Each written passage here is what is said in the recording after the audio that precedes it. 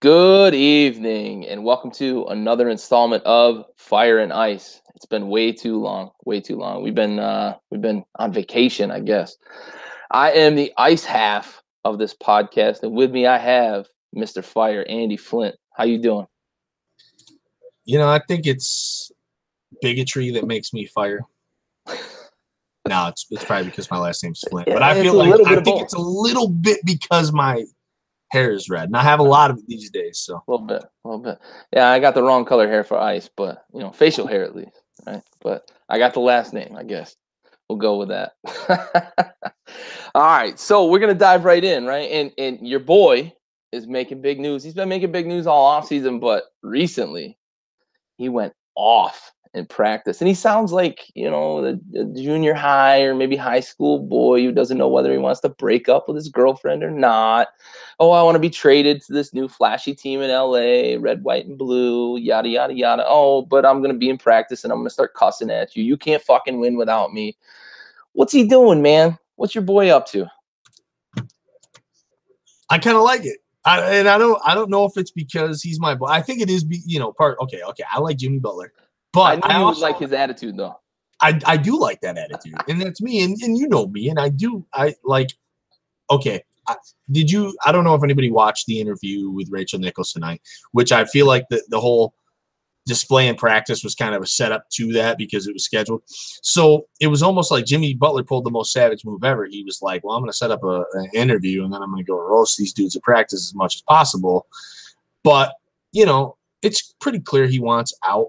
But at the same time, I think I believe him. Like what he's saying is you have to be real. And I don't think he was just saying that from a basketball standpoint. He was kind of saying you have to be real in life and you have to be truthful. And what he's saying is the Timberwolves, whether that's Tibbs or, the upper management or both, aren't being truthful. And I think that we often look at athletes and star athletes and specifically, and we say, these guys got it all. And they're still whining or they want trades or they want to do this. But we don't look at the fact that it's a business for these teams as much as it is for these players, and maybe more so. And I think what Butler's saying is there's something going on behind the scenes, and the Timberwolves aren't telling the whole story. Whether or not we can take Butler for his word, remains to be seen. And I know everybody wants these athletes to be professional, but let's not forget, like Jimmy Butler's not like some 46-year-old man who's fully mature. I mean, I know, we think of maturity, a lot of people think of maturity as being at 18, but once you get to be a little older, you understand that maturity comes well into your 30s. So, Butler being a guy in like his mid to late 20s, I don't think he's fully there yet. And I kind of like it. I like how he brought that atmosphere into practice. I wish it was coming along with the package that I want to stay here and I want to bring this atmosphere, but I just don't think that's the case. Yeah, and you talk about maturity a little bit, and yeah, he's still young, comparatively speaking, for sure. But with you talk about the business, right? The business side of the house, and the highest paid players in the league make what 30, 36, I think is the top number right now, around that area. These teams are bringing in $1 billion a year, right? And I'm exaggerating a little bit, but it's closer to $1 billion than what these fucking players are bringing in. So for him to say, I want you to be real with me, isn't too far of a stretch, right? You talk about money and whatnot, but they're kind of being shady behind the scenes with him as well. So he's being public about it and saying, these are my intentions. And the team is kind of, waffling and kind of dragging their feet. So I'm with you on that. Here's, kind of a quick question. Does he finish the season in Minnesota? I don't think he finishes the season in Minnesota. Does he start the season in Minnesota? I think he starts the season in Minnesota because I think that it seems like, well, I don't think as much as I, read that things have been hitting a lot of snags. The Miami thing seems to have fallen through. And it's crazy, too, because it almost seems like Miami was asking for almost nothing. Or, I'm sorry, the Timberwolves were asking for almost nothing from Miami. Josh Richardson, I think it was a protected pick next season. and I don't even know who they just drafted. I'm drawing a blank now. Me too. I just read it earlier too. the big guy. But like, I'm with you though. You know, it's one of those funny things. It's one of those funny things that it's like, how do you not just go on a guy like Jimmy Butler? Adebayo, that's who it is. Adebayo, that's right. Bam. Yeah, that's right. Like, how do you not just go on a trade like that? On a guy, most people don't even know who he is. He's a role player. Richardson, who's a role player. And then that pick. He's a high-end role player, but he's not a star. Sure, and Bam might be a high-end role player too, because I think he's good and has a nice ceiling. But you're talking a top 15 player in the NBA. Yeah, absolutely. And one of the better offensive players. Stars don't come on the market like that. You just don't see it happen very often. I mean, maybe a little more frequently in the past 5 years we've kind of seen it, but even still, the frequency that they come on the market just isn't there. And for a team like Miami to kind of say, I think we're good. Then how often are they as well-rounded too? Because you're talking a guy, two-way player, who can score. He's good-sized. He has that nice NBA body, always has. He can shoot the ball from range, which we need in the NBA today. And he's a great defender, one of the best we have in the league. So, to me, top 3, 5 wing defenders in the league. Closed case. Yeah. Shut that shit up. Go, Miami. But now it seems like they were talking to the Rockets a little bit after that. But we'll see. I think he starts the season, just doesn't finish it. Yeah. All right. Excellent. So let's move on to the end of the season, and let's talk about finals picks. Who you got from the West? Who you got from the East? Why are you doing this to me? I got to, man. I got to. It's a primer. I got to hold you to something as the season goes on. I thought we were boys. I thought we were closer than this. We are boys, but this is business, man. This is entertainment. The West to me is still easy. Golden State, they got better. How the I know you hate it. Fuck do you get better? I know you hate it. You know, and I don't even hate it necessarily. I just wonder, how do you get better than already being one of the best teams of all time? Because love it or hate it, and I don't necessarily like it. And I don't blame Golden State as much as I blame Kevin Durant. We've been over this in the past. I didn't like what Durant did. I still don't. But one of the best teams the NBA's ever seen. And before Durant was there, one of the best teams the NBA's seen. But last year's Golden State Warriors, one of the best NBA teams of all time. Debate your aunt. I don't care. Now you've added the best center in the league, and Golden State. So for the East, this is a bit tougher. I'm going to ride the stable train, I think. No, I'm not. I think Toronto's going to win the East. Whoa, what? I was going to say stable train with Boston, because I think that they're stable, because I think there's camaraderie there, and you know, they have the talent, certainly. Toronto? But I think that Toronto's a better team. I really do. Toronto has the best player of both of those teams. They have a top 5 NBA talent. Yeah, but Toronto's got the best, but Boston's got like the next, 3? Well, I mean, so Kyrie's definitely the next best. And then I would say Gordon Hayward is the third best. I think Kyle Lowry's the next in that equation. Really, over Tatum? It's going to depend on the development of Tatum. Okay. And don't get me wrong, I think Tatum's a very great young player. But I'm not – listen, I think for me it would be disrespectful to Kyle Lowry to say that Tatum's better than him already. And, you know, a lot of people would tell you that they think that Kyle Lowry was the best player on Toronto. I do disagree with that. I love Kyle Lowry, Villanova product. I've always been a fan. Anybody who's ever talked to me knows that. But like, DeMar DeRozan is that dude. And then you probably go Tatum, Horford. So I would say Horford next, actually, and then probably Tatum. And then, you know, you'll have an argument over like Valanciunas, Ibaka, Brown. So you think Kawhi changes the balance that much? Oh, absolutely. He's a top 5 NBA talent. And we just talked. He's going to be motivated in Toronto, though. Is that the X factor? He's got to be motivated to get a real laugh because that shit he did earlier. Yeah, that's terrible. You know, I've said this before, and I think I said this to you, and I'll keep this short because we're going a little long.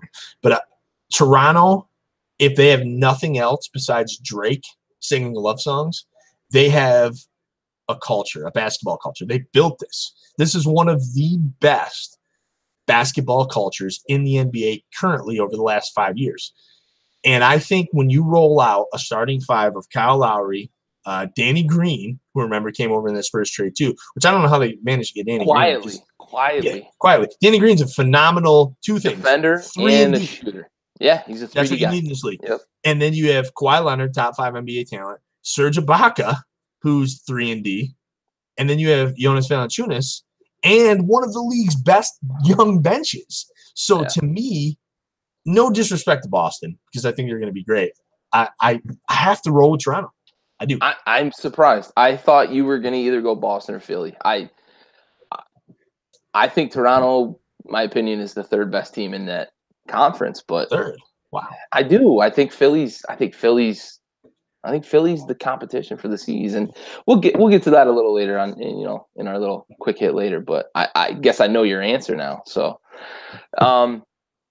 I just don't know how motivated Kawhi is going to be, and I guess you kind of have to take it this preseason primer. You got to take it at face value. Yeah, Kawhi is the third, fourth, maybe fifth best player in the league.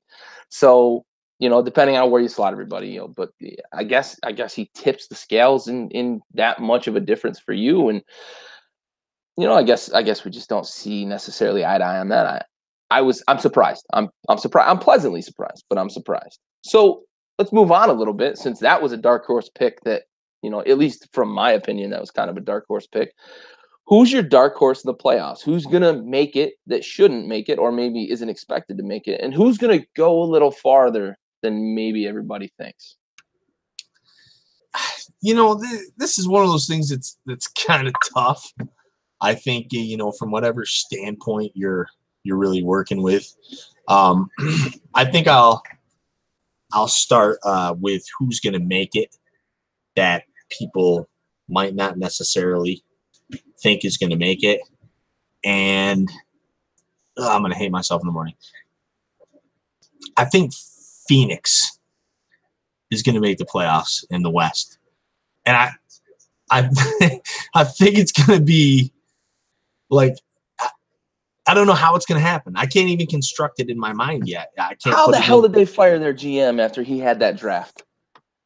Well, and I'll say this to people oftentimes in any sport is it's not necessarily about how you've done. It's about, look at a guy like Dwayne Casey. So, sometimes it's about not going anywhere from where you were. So you haven't moved forward. And sometimes I often think that like upper management or, general managers, presidents, whatever, almost will value moving backwards. Marvin Lewis. Especially in the NBA, though. Yeah, more than moving forward. It's like a weird thing that nobody understands. But, like, I just think DeAndre Ayton is pretty good. And, I think Devin Booker has to take that step. Josh Jackson. Alfred Payton is their point guard. Well, I don't think he's crazy good. I think he's very good at distributing the ball. He's a good defender. So I feel like I can see Phoenix being the 8th. How about your boy ending up there? And my boy Bridges. That was the worst thing ever. The worst trade I've ever His mom works in your goddamn human God, resources. what the fuck is Philly doing? And he was perfect for Philly, I thought. We talked about it draft night. You and I said that's the perfect pick. He fits that scheme. He fits that team. He was the perfect fit. Maybe he's the 6th guy off the bench, but the dude was going to flourish in Philly. And I think Phoenix. I think Phoenix got a steal getting him. So. I think they did too, but I think Bridges will be a guy who takes a couple of years. Pretty good defender, has the perfect build to play defense, can stretch the floor, hits the 3, obviously. Not exceptionally athletic, so I do think it'll take him a couple of years. But I think he's an NBA starter. I think he had a better chance in Philly of having the time to find his place. I think Absolutely. Phoenix is going to throw him in there early, and he may struggle for year 1, year 2. I think he would have had a more productive first couple years in Philly, only because they weren't going to ask much of him. I think in Phoenix, if they do decide to slot him in there as a starter, he's going to get asked to do a lot, and he could take a couple years to find his footing. So I'm with you on that. And I still can't believe that damn trade. All right. Doing well in the playoffs. Who you got? Somebody who you don't think should, or most people don't think should. Other than Toronto making the finals. I'm gonna go. It's obviously somebody I think, my expectations are a bit higher. I don't think that most people have them necessarily on their radar. Mostly because I think they've worn out their welcome. I think the Wizards are going to do quite a bit better than what their expectations will be. They've added a couple pieces. I know people like to make a punching bag out of like a guy like Austin Rivers, but I think in the right role, I think he can be a very good NBA talent. They took Dwight Howard. Dwight Howard's lying about the Golden State shit. I don't care. I don't care what he says. I loved you in Orlando, Dwight, but you're lying. Yeah. But yeah, I obviously I think Dwight Howard's an improvement over Marcin Gortat.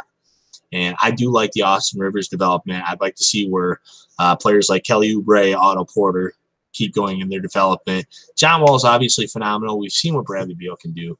I think that team really could be the third seed over Philly. Over Philly. Absolutely. All right. Yeah. Just kind of alluding to what you said, right? Expectations have been high in the past. They may not be so high this year.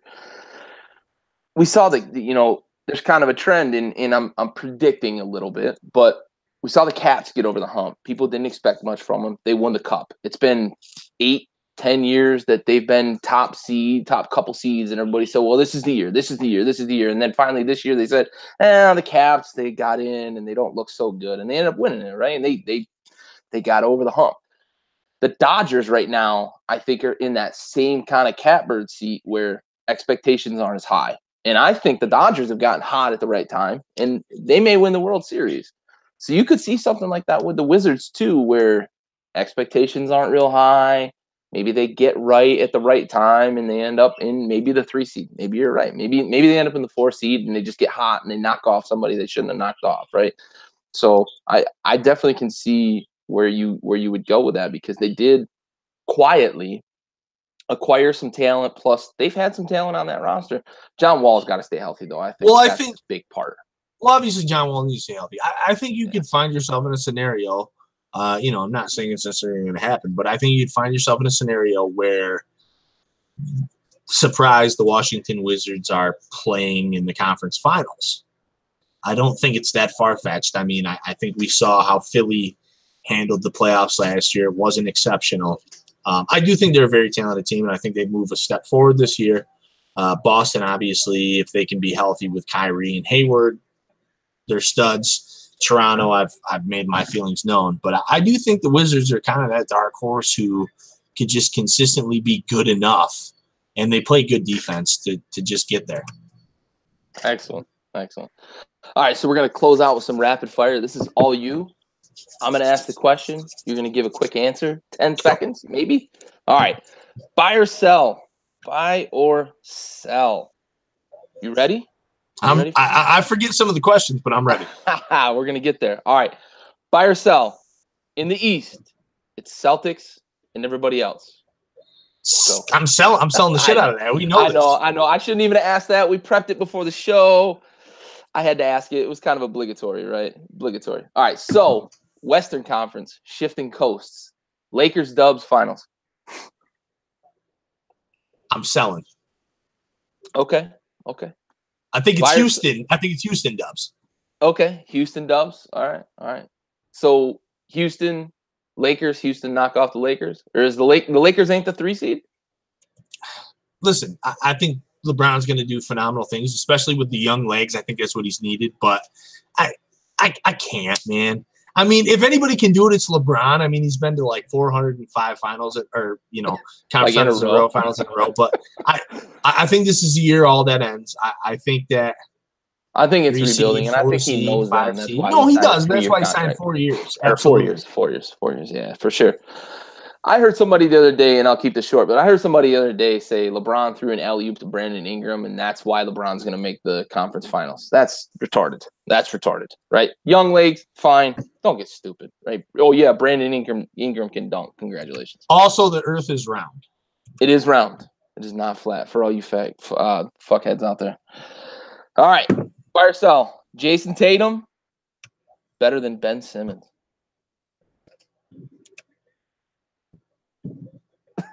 You're going to waste 10 seconds thinking about it. I gave you this question. I don't even know the answer. Buy or sell, Jason Tatum's better than Ben You Simmons. set this one up. And you said you were on the fence with all the ones you suggested. Buy. You're clearly still on the fence. I'm buying it. Buying it. I'm buying it. What sets them apart? What sets them apart? Real quick. Ben Simmons is phenomenal in all the ways I want a player to be phenomenal. A lot of LeBron James-esque things going on with Ben Simmons. But Jason Tatum, to me, gets it quicker. Like, gets the game quicker. The game seems slower to him. And that's the hardest thing. If you ask any young NBA player, they'll tell you the game needs to slow down. And for Tatum, the game was slow as fuck. His rookie year, he didn't get a year to watch. And he's more talented offensively. And I feel like in this day and age, offensively, especially with scoring, it matters a little more. Yep. Tatum or Simmons is going to be great. They're both going to be great, but I got to buy. I hope for Philly fans' sake, for 76ers fans' sake, and for NBA fans' sake, Ben Simmons shot 10,000 jumpers this offseason. I hope he did. All right. Buy, sell. Leonard stays in Toronto past this season. If they make the conference finals, is he going to stick around? If they don't, what's he going to do? Listen, I've talked all this shit about how having this culture, and I think Toronto's culture is great, can keep a player. And I still believe that. I don't think it's shit necessarily. I think it can happen. But Kawhi, to me, with that weird laugh and all the shit that's happened, he seems kind of a little bit like he's a weird dude. And also in sports, especially the NBA, it has proved to me a little bit that dudes don't necessarily give a shit. They'll go to a bad team. I mean, you get Jimmy Butler talking about how he'd like to go to the Nets or something, which is nuts to me. Yeah, it sounds like Clippers, the Nets, and like what? I don't know. I want to rip my eyes out. I'm glad Paul George stayed in OKC, and I hope that we get the same out of Kawhi Leonard. But I'm selling it. Selling. He's gone. Gone. Where do you think he goes? He end up on the Lakers? I fucking have no idea where he goes. Like, I almost don't even want to. I don't want to even predict it. But like, he's probably go to Golden State, Portland, Golden State, and he's bringing DeMar DeRozan with him. He's bringing DeRozan with him to Golden State. They're gonna have 7 players, and that's all they're gonna play. That's all I need. All right, buy or sell. Anthony Davis traded by the deadline. Buy. Stop. Where's he going? Give me the big money. You want to know where he's going? I want to know where he's going. You said that too quickly. Now I get a follow-on question. Lakers. It's going to the Lakers. I can see that. Going to the Lakers. Capital. LeBron is going to get. He's going to get somebody. I think he wants to build, but I think he's going to get a guy. And he's going to get impatient by the deadline, I think. I don't even know if it'll be impatience as much as I think the Pelicans are eventually going to have to figure out that their uniforms are so bad that Anthony Davis doesn't want to play there anymore. So, I would love for Anthony Davis to stay in the Big Easy, but I think he's gone. And I think LA is a good place. I think LeBron is a good player for him to play with. I think they'd be dangerous together. Honestly, I think if that happens, I think we go back to the Lakers Dubs finals. As long as they can still get to that 2 seed at the deadline, I think we could see that, and it'd be awesome. It'd be awesome to watch. Let me get some shooters in LA. Yeah, you might be right. Lonzo's got to figure it out with that ugly-ass jump shot.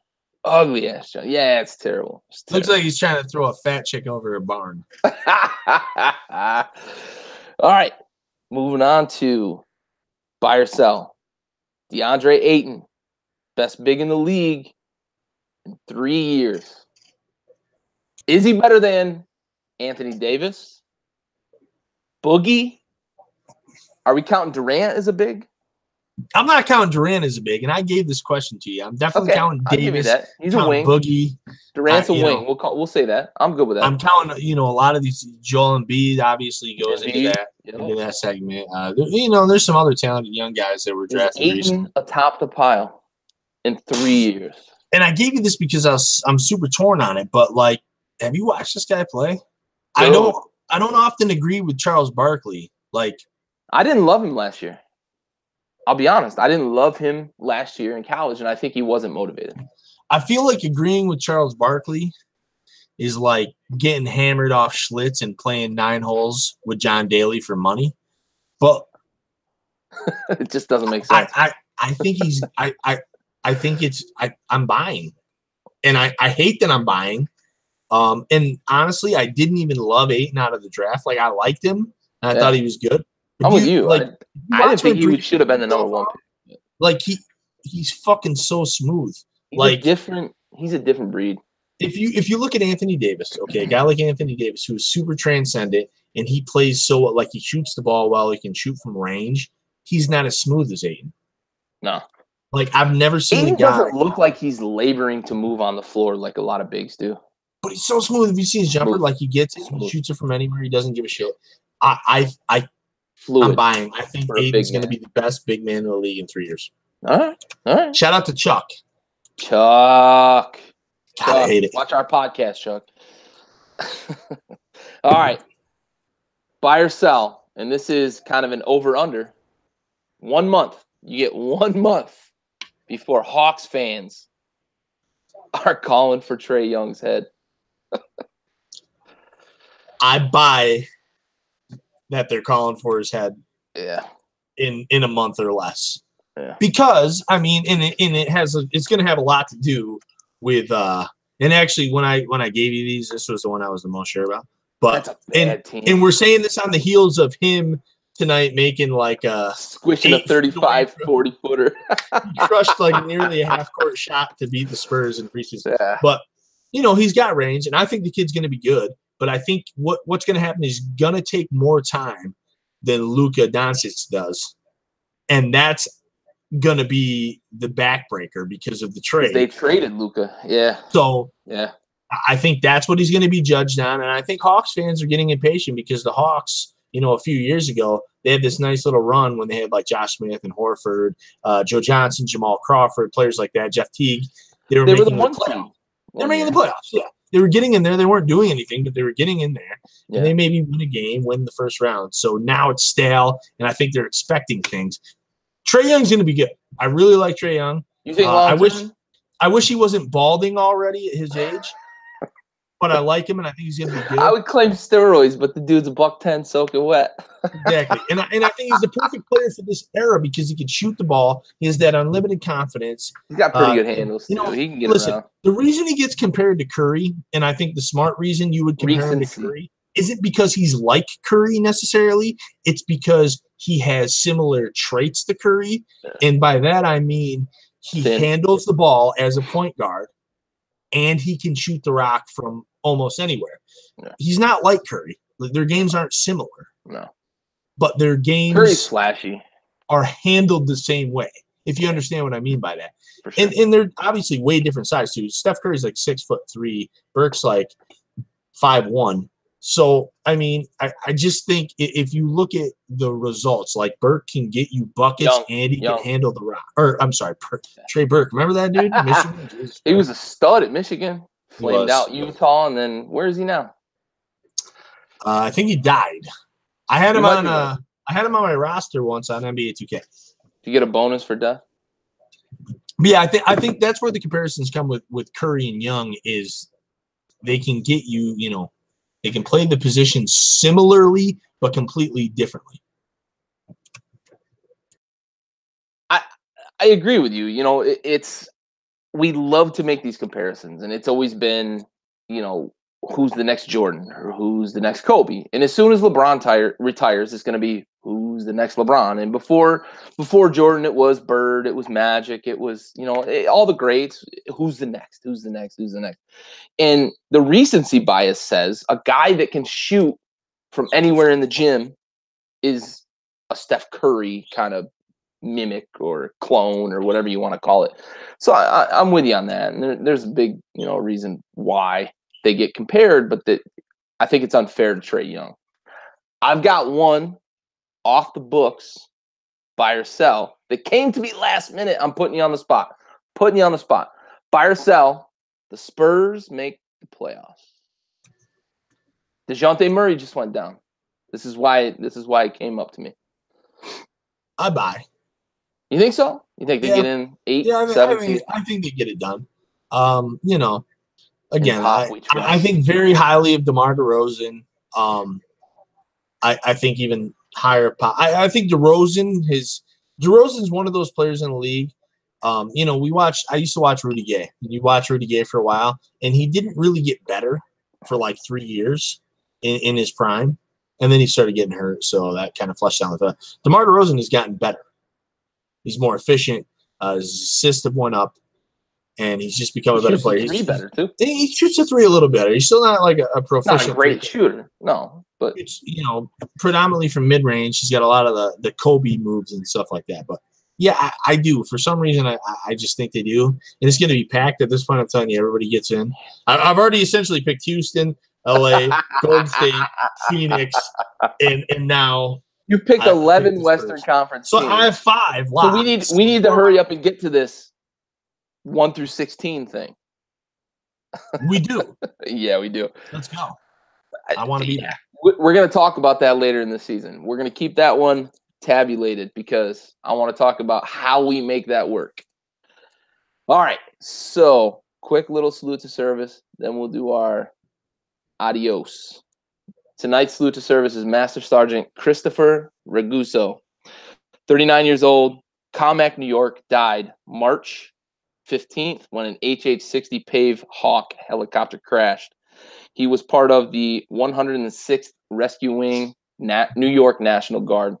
To you, we have the watch.